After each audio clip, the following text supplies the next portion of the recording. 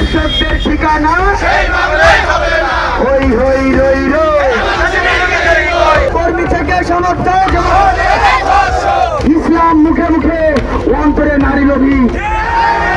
আজকে মনার গায়ে হলো, আজকে মনার গায়ে হলো।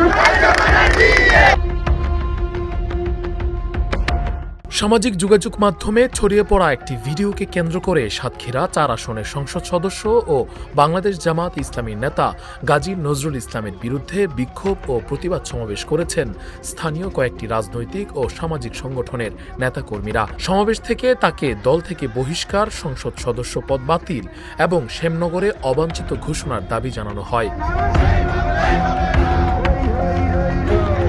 বুধবার সকাল ১১টার দিকে শ্যামনগর উপজেলা সদরে সচেতন নাগরিক সমাজের ব্যানারে এ কর্মসূচি অনুষ্ঠিত হয়।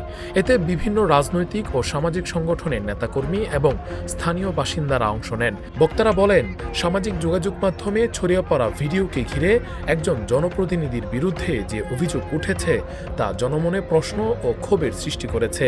অভিযোগের সুষ্ঠু তদন্ত এবং প্রয়োজনীয় সাংগঠনিক ও আইনগত ব্যবস্থা নেওয়ার দাবি জানান তারা।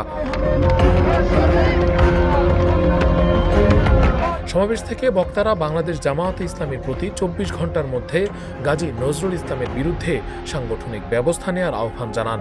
একই সঙ্গে সংসদ সদস্য হিসেবে তার পদ বাতিলের লক্ষ্যে জাতীয় সংসদের স্পিকারের হস্তক্ষেপও কামনা করেন।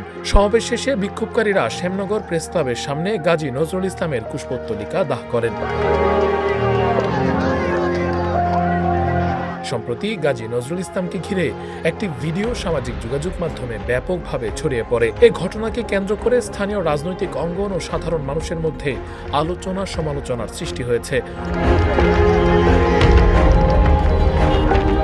Rakibul Islam Rais, face the people, desk report.